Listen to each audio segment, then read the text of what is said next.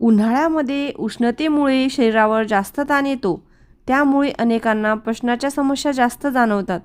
गरमीमुळे भूक कमी लागते, जेवण व्यवस्थित जात नाही आणि बऱ्याच वेळा फक्त पाणी पिऊनच पोट भरल्यासारखं वाटतं. अशावेळी शरीराला हलकं पचायला सोपं आणि थंडावा देणारे काहीतरी खाणं पिणं आवश्यक असतं. अशा परिस्थितीत सोलकढी खूप उपयुक्त ठरते. सोलकढी ही कोकम आणि नारळाच्या दुधापासून बनवली जाते. कोकम शरीराला नैसर्गिक थंडावा देते, तर नारळाचं दूध पोटाला हलके आणि पचायला सोपे असते. त्यामुळे उन्हाळ्यामध्ये आपण सोलकढी आवडीने पितो. सोलकढी पिल्यामुळे अनेक त्रास कमी होण्यास मदत होते. उदाहरणार्थ, अपचन कमी होण्यास मदत होते, गॅस आणि ॲसिडिटीचा त्रास कमी होतो. सोलकढी बनवताना अनेकदा दाटसर गुलाबी रंग येत नाही, त्यासाठी काही खास टिप्स आहेत. नारळाचं दूधही आपण आज घरीच बनवणार आहोत. जास्तीत जास्त दूध कसं काढता येईल याचीही एक टिप आहे. नमस्कार, मी रसिका. रसूची रसोईमध्ये तुमचं सगळ्यांचं मनापासून स्वागत. सर्वप्रथम आपण इथे 10 ते 12 कोकमच्या पाकळ्या घेतल्या आहेत. आता यामध्ये गरम पाणी घालायचं आहे. त्यासाठी मी आधीच गॅसवर पाणी गरम करायला ठेवलं होतं आणि पाणी छान उकळून तयार झालं आहे. आता हे उकळतं पाणी कोकमच्या पाकळ्यांमध्ये घालायचं. त्यामुळे कोकमचा छान रंग आणि अर्क पाण्यात उतरतो.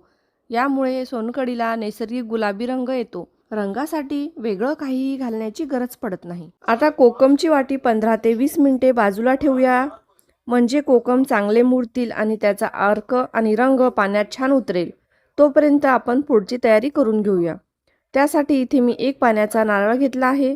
हा नारळ फोडून घ्यायचा आणि यामधील जे नारळाचे पाणी निघेल ते एका वाटीत किंवा डिशमध्ये काढून घ्यायचे आहे. नारळ बघा किती छान पांढरा शुभ्र आणि ताजा निघाला आहे.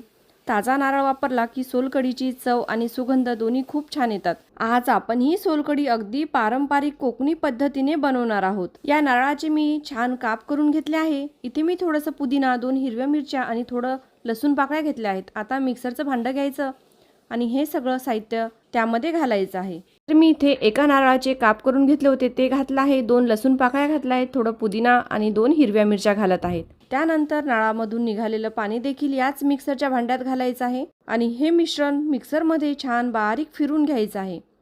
नारळामधलं संपूर्ण दूध नीट निघेल अशा पद्धतीने हे एकदम बारीक पेस्ट होईपर्यंत वाटून घ्यायचं आहे. इथे मी सगळं साहित्य मिक्सरमध्ये छान बारीक फिरवून घेतलं आहे. आता हे वस्त्रगाळ करून घ्यायचं आहे. त्यासाठी इथे मी खाली एक मोठं भांडं घेतलं आहे, त्यावर गाळण ठेवली आहे आणि चाळणीवर एक स्वच्छ सुती कपडा टाकला आहे. आता मिक्सरमधून फिरवलेलं नारळाचं सगळं मिश्रण या कपड्यावर घालायचं.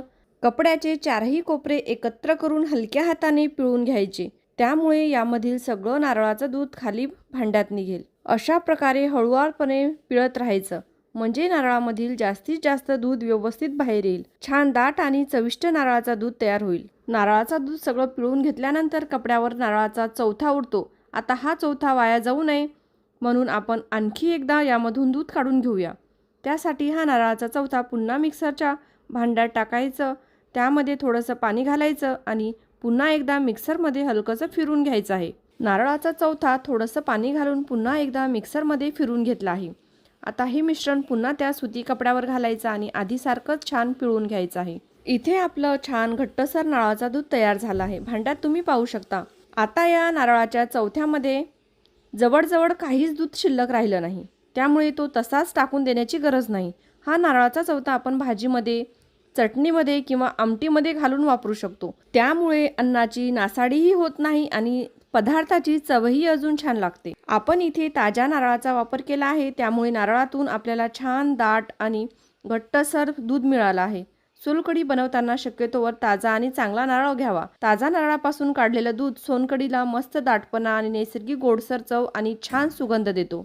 आता या दुधामध्ये आपण आधी भिजवून ठेवलेलं कोकमचं पाणी घालायचं आहे. कोकम छान मुरल्यामुळे त्याचा रंग आणि आंबटपणा चव पाण्यात उतरलेली असते. नंतर यामध्ये बारीक चिरलेली थोडीशी कोथिंबीर घालायची आहे. चवीपुरतं मीठ घालायचं आहे. इथे मी अर्धा चमचा साखर घातली आहे आणि भाजून बारीक केलेली जिऱ्याची पूड घातली आहे. आता हे घातलेले सगळे साहित्य या नारळाच्या दुधामध्ये मिसळून घ्यायचं आहे. मला एका दुसऱ्या कामासाठी हा मोठं भांडं लागणार होतं, त्यामुळे मी ही सोलकढी दुसऱ्या भांड्यामध्ये काढून घेतली आहे. आता यामध्ये आईस क्यूब घालायचे आहेत, म्हणजे सोलकढी छान थंडगार होईल. ही अशी थंडगार सोलकढी प्यायला खूप छान लागते. विशेषतः उन्हाळ्यामध्ये अशी गार सोलकढी पिल्याची मजा काही वेगळीच असते. त्यामुळे आईस क्यूब घातले की सोलकढी ताजी, थंड आणि अधिक रुचकर लागते. आता ही सोलकढी आपण ग्लासमध्ये सर्व करूया. छान थंडगार आणि गुलाबीसर रंगाची सोलकढी ग्लासमध्ये ओतली की पाहायलाही खूप आकर्षक दिसते आणि प्यायलाही खूपच स्वादिष्ट लागते. उन्हाळ्यात जेवणाबरोबर अशी गारगार सोलकढी दिली तर जेवणाची मजाच वेगळी होते. तुम्हाला ही कोकणातील प्रसिद्ध सोलकढी कशी वाटली ते कमेंट करून नक्की कळवा. हा व्हिडिओ तुमच्या मित्र, मैत्रिणी आणि नातेवाईकांसोबत जरूर शेअर करा. व्हिडिओ आवडला असेल तर प्लीज एक लाईक करा आणि जर अजूनपर्यंत तुम्ही चॅनल सबस्क्राईब केलं नसेल तर नक्की सबस्क्राईब करा. धन्यवाद.